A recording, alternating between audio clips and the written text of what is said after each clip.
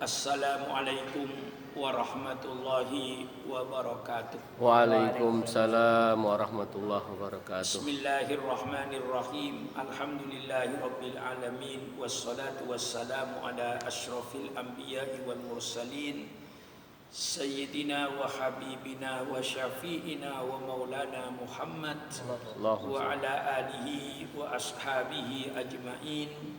Subhanaka la ilma lana illa ma 'allamtana innaka antal alimul hakim. La haula wa la quwwata illa billahil aliyil azim. Amma ba'du. Marilah anak-anakku, kita teruskan kaji ulang kitab Ihya-nya Imam Ghazali ini di dalam bab afatul ilmi, tentang bahayanya ilmu. Yang selalu saya katakan supaya kita introspeksi diri sehingga kita menyadari berada di mana kita ini, supaya disadari berada di mana kita ini.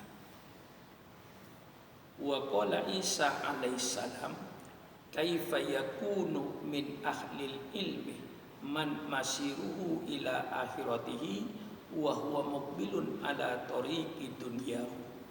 Wa kaifa yakunu min ahlil ilmi man yatlubul kalam liyukhbira bihi la liya'mala bihi. Na'udzubillah. Berkata dalam kitabnya ini Nabi Isa alaihissalam, kaifa yakunu, bagaimana seseorang akan berada min ahlil ilmi, dari orang ahli ilmu, man masiru ila akhiratihi, yang jalannya, yang orang tadi jalannya ke akhirat, wa huwa muqbilun ala tariqi dunyahu, dan dia menetapkan atas jalan dunianya. Jadi kita mengutamakan jalan dunianya. Bagaimana dia akan dijamin ahli ilmi? Orang ahli ilmu itu mengutamakan jalan akhiratnya dengan tidak meninggalkan jalan dunianya, tapi tetap mengutamakan jalan akhiratnya. Jika jalan dunianya akan menghalang-halangi jalan akhiratnya, maka jalan akhiratnya yang diutamakan. Kalau dia mengutamakan jalan dunianya sehingga jalan akhiratnya yang ditinggal, ya tentu dia tidak termasuk sebagaimana dikatakan ulamaul akhirah. Wa kaifa yakunu min ahlil ilmi, berkata Nabi Isa, bagaimana dia akan termasuk orang ahli ilmu? Mayatlubul kalam liyukhbirah bihi, orang yang menuntut pembicaranya hanya untuk memberikan berita. Jadi berpidato, berceramah hanya sebagai warta berita. La liya'mala bihi, bukan untuk diamalkan, hanya untuk pemberitaan saja. Subhanallah, subhanallah. Maka Imam Ghazali itu tidak pernah menyuruh seseorang sebelum dia mengerjakan sendiri terlebih dahulu. Tidak menyuruh orang bersembahyang duha kalau dia belum pernah bersembahyang duha. Dia tidak pernah menyuruh orang bersembahyang tahajud kalau dia diri sendiri belum pernah bertahajud.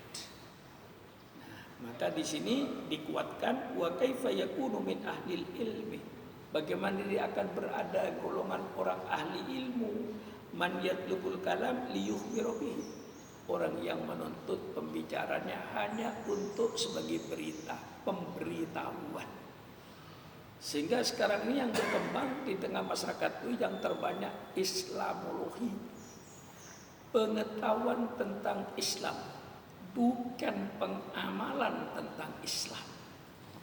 Sedangkan kita ini yang dibutuhkan pengamalan ajaran Islam. Tapi yang ternyata serang kebanyakannya cuman menjadi Islamologi, pengetahuan tentang ajaran Islam. Dia tahu tentang ajaran Islam begini, ajaran Islam harus sabar, tapi dia tidak sabar. Tidak boleh sombong, ajaran Islam tapi dia sombong. Ajaran Islam nyuruh sholat tapi dia tidak sholat. Sehingga ilmu Islam itu menjadi Islamologi, pengetahuan tentang ilmu Islam. Bukan ini yang dituntut dalam agama, bukan tentang pengetahuan. Soal pengetahuan saya kira sekarang ini, jangankan orang Islam, orang di luar Islam pun tahu apa yang ada dalam hukum Islam ini. Orang di luar Islam tahu kalau sholat dalam Islam itu hukumnya wajib. Orang di luar Islam tahu bahwa orang membunuh orang hukumnya dihukum mati. Tapi itu seluruhnya bukan untuk diamalkan, dijadikan Islamologi, pengetahuan tentang Islam. Ini yang banyak terjadi.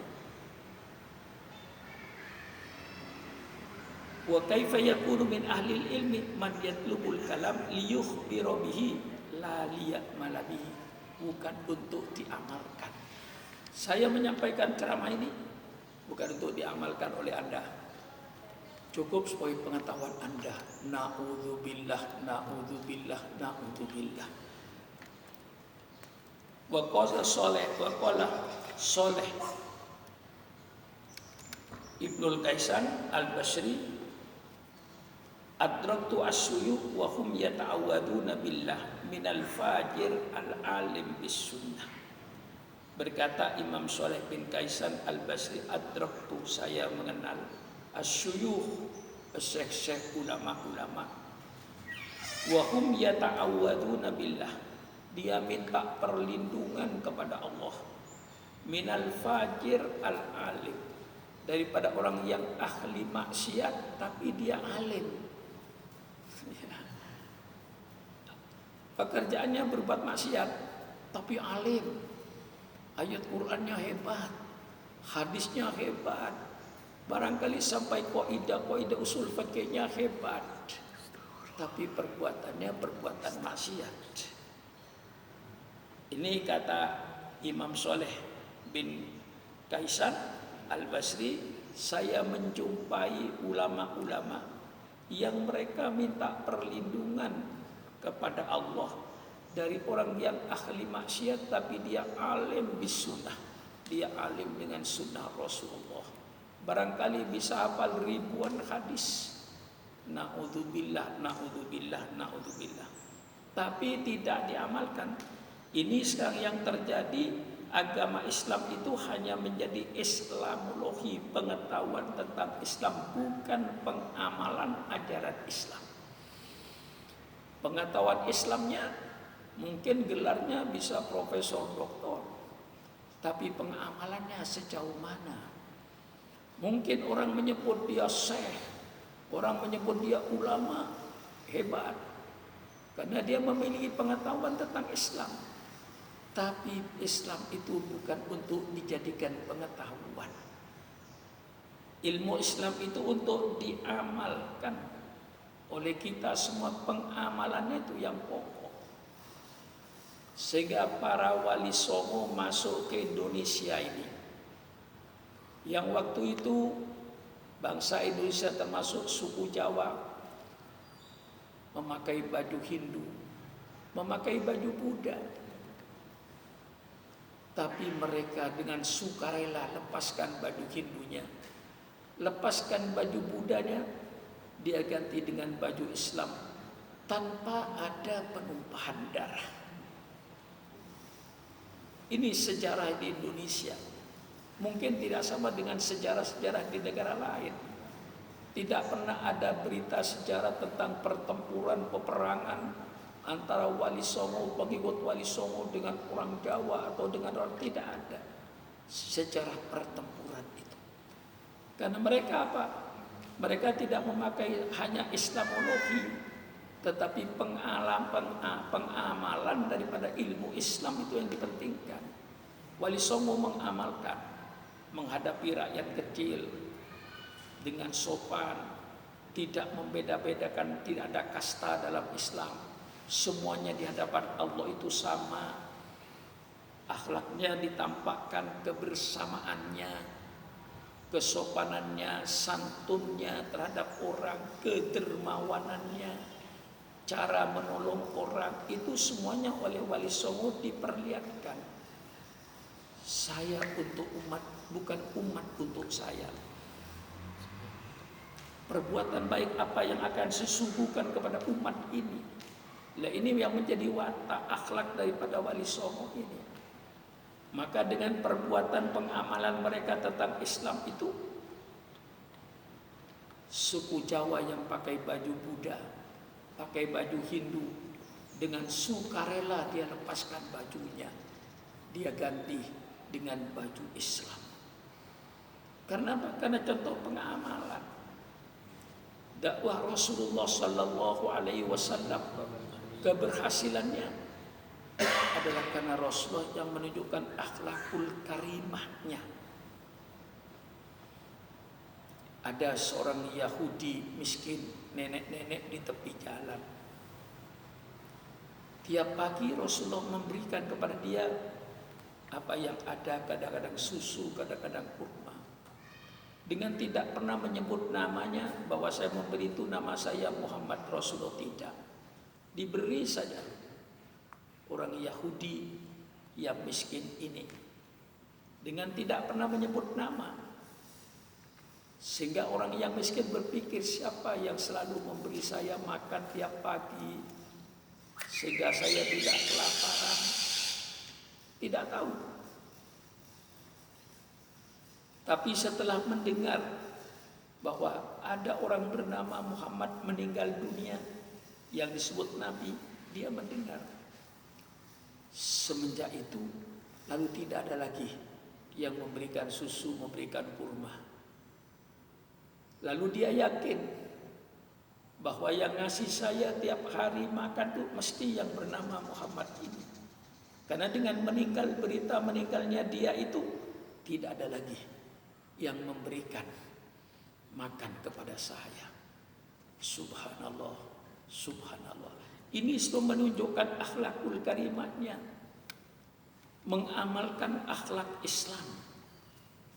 Sehingga ketika Siti Aisyah ditanya bagaimana akhlaknya Rasulullah Sallallahu Alaihi Wasallam, Syaitan menjawab, wa kana khuluquhul Quran. Adapun akhlak Rasul, akhlak Al-Quran. Apa yang ada di Quran itulah yang dikerjakan Rasulullah. Apa yang dilarang di Quran itulah yang tidak dikerjakan oleh Rasulullah Sallallahu Alaihi Wasallam. Menunjukkan akhlakul karimahnya di tengah-tengah bangsanya. Disitulah mereka banyak yang tertarik.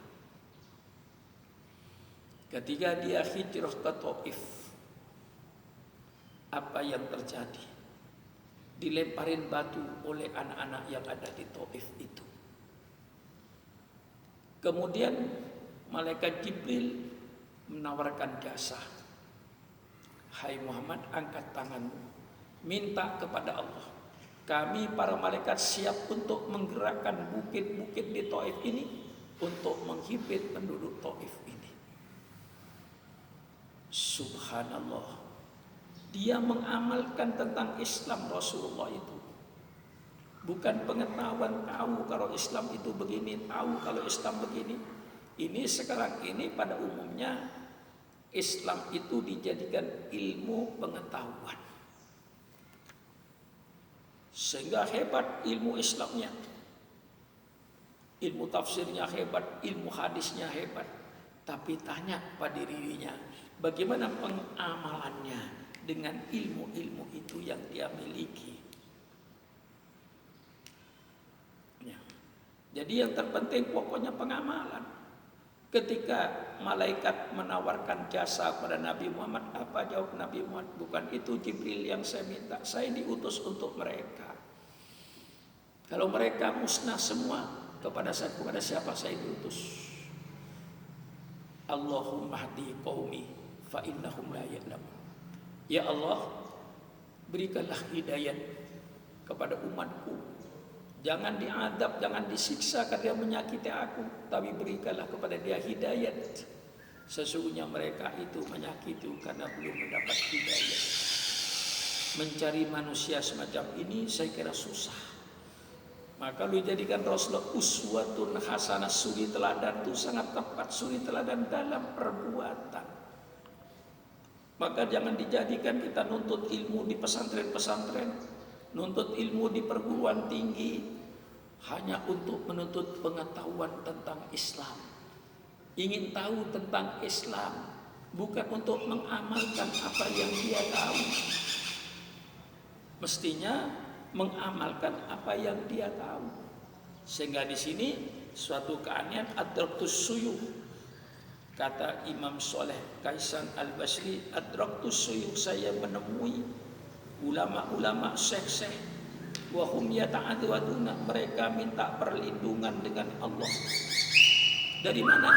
Minta perlindungan minal fajir, dari orang yang ahli maksiat, tapi al-alim, orang yang berbuat maksiat itu orang alim, bisunnah, dengan sunnah-sunnah Rasulullah.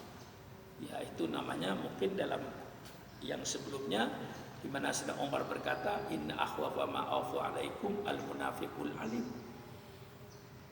Sesungguhnya yang paling saya takuti terhadap umatku nanti dari orang munafik yang alim. Bagaimana orang munafik bisa alim? Alimul lisan, jahilul qalbi wal amal.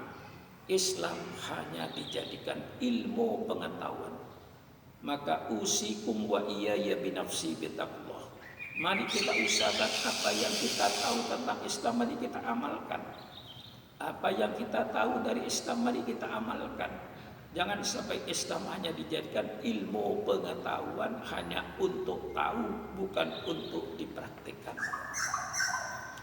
Rawa Abu Hurairah radhiyallahu anhu, qala Rasulullah sallallahu alaihi wasallam, man talaba ilman mimma yabtaghi bihi wajha Allah taala liyusyaba bihi aradan minad dunya lam yajid urfal jannah yaumal qiyamah.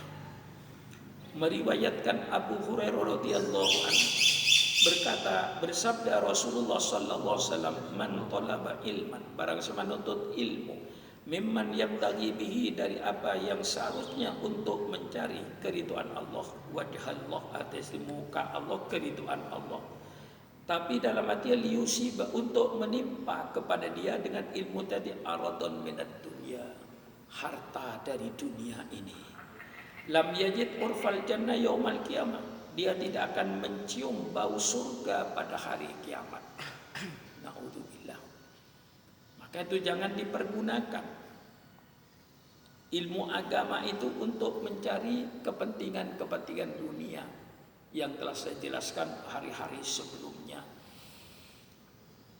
Semua yang dikatakan kepentingan dunia ini dalam istilah Al-Quran, wala tashtaru bi ayati thamanan qalila. Jangan kau jual ayat-ayat kami dengan harga yang murah. Apa pengertian harga yang murah itu? Harga yang murah itu selama untuk kepentingan dunia itu murah. Yang mahal itu surga. Jadi kalau kita dengan ilmu agama kita untuk mencari surga, itu yang mahal. Kalau kita dengan ilmu agama dipergunakan pakai ayat Quran untuk jadi bupati, pakai ayat Quran untuk dapat keuntungan dalam perdagangan, mempunyai ayat Quran untuk mendapatkan jabatan, mempergunakan itu untuk mendapatkan pengaruh, na'udzubillah, na'udzubillah, itu semuanya maghrur, orang-orang yang tertipu.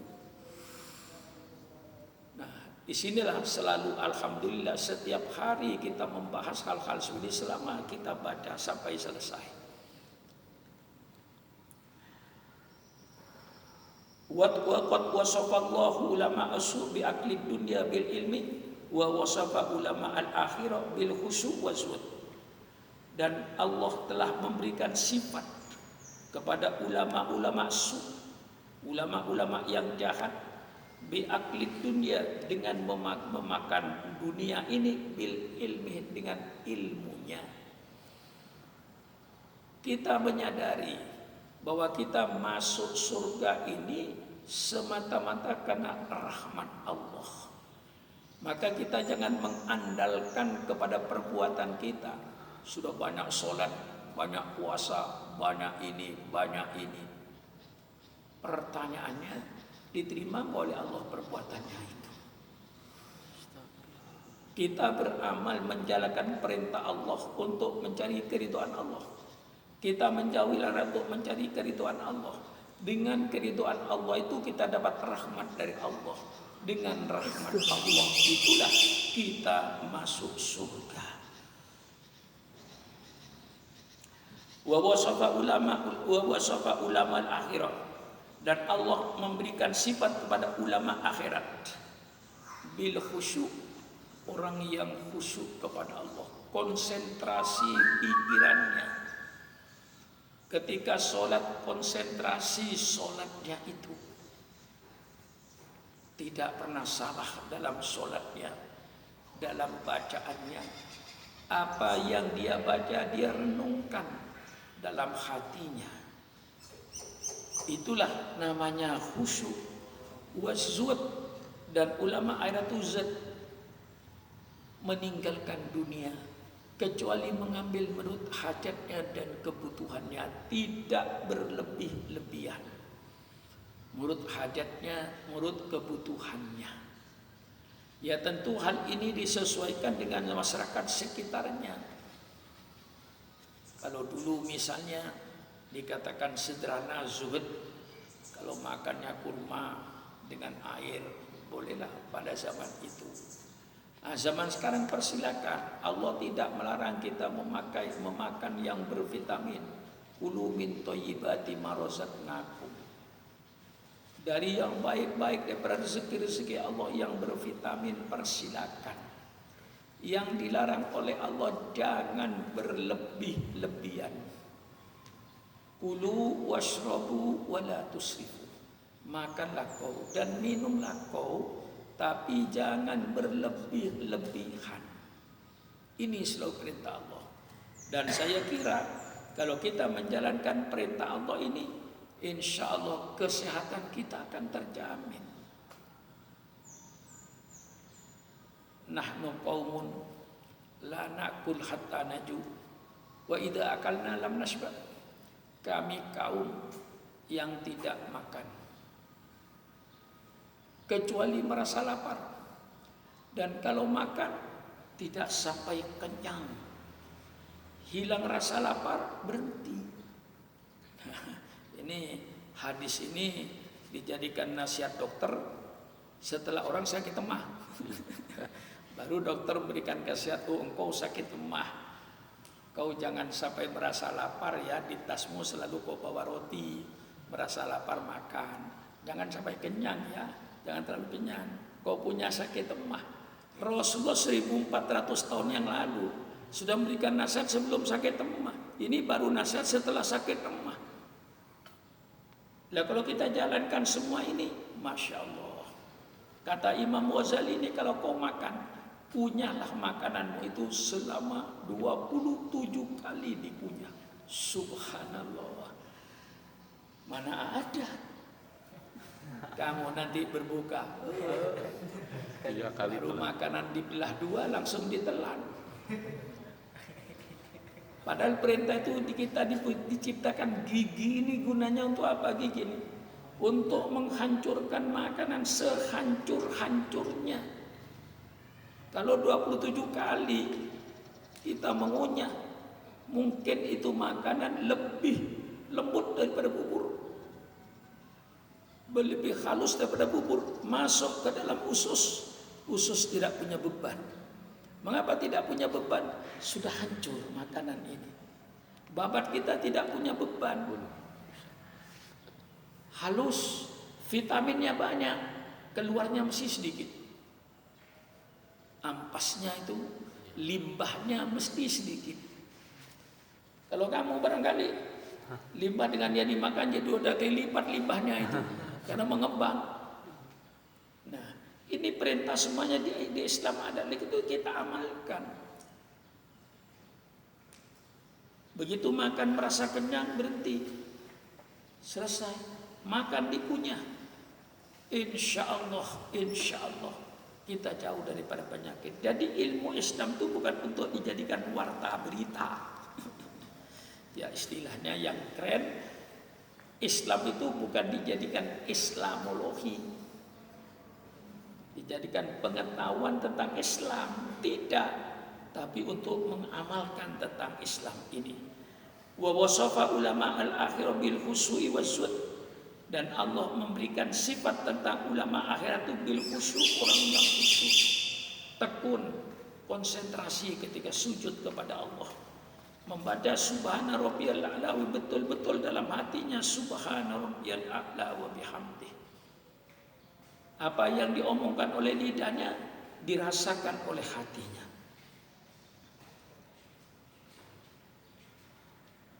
Wazuhud, zuhud tadi mengambil kepentingan dunia hanya sekedar kebutuhannya, tidak berlebih-lebihan.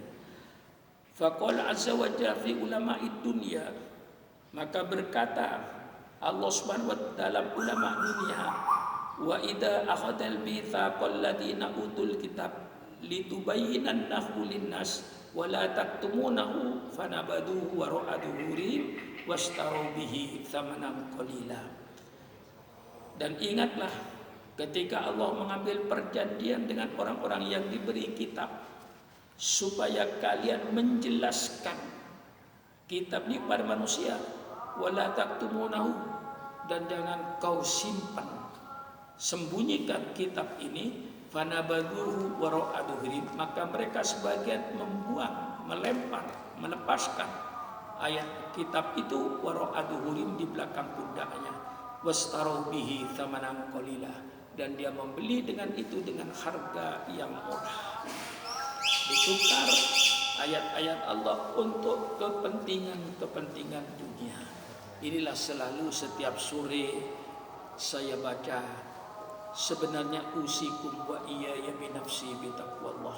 Saya bersiap kepada Anda, wabil khusus kepada diri saya sendiri, untuk mengingatkan diri saya sendiri, sehingga kita tahu sebagai ulama berada di mana, kedudukannya, tempatnya sekarang kita berada di mana, min ulama dunia atau min ulama akhirah. Mudah-mudahan dengan ini menjadi koreksi pada diri kita, diberikan oleh Allah ilmu yang bermanfaat, ilmu yang diamalkan. Mudah-mudahan Allah Subhanahu wa taala yang memiliki segala-galanya, kita minta kepada pemiliknya, ya Allah, ya Allah, ya Allah, ya dafi'al bala, ya dafi'al bala, ya dafi'al bala, idfa' annal bala wal waba wa ta'un wa virus corona min baladina hadha khassah wa min buldanil muslimina ammah, ya hayyu ya qayyum ya aziz ya ghafar ya arhamar rahimin irhamna ya tawaddum alaina innaka antat tawwabur rahim. Wassalamualaikum warahmatullahi wabarakatuh.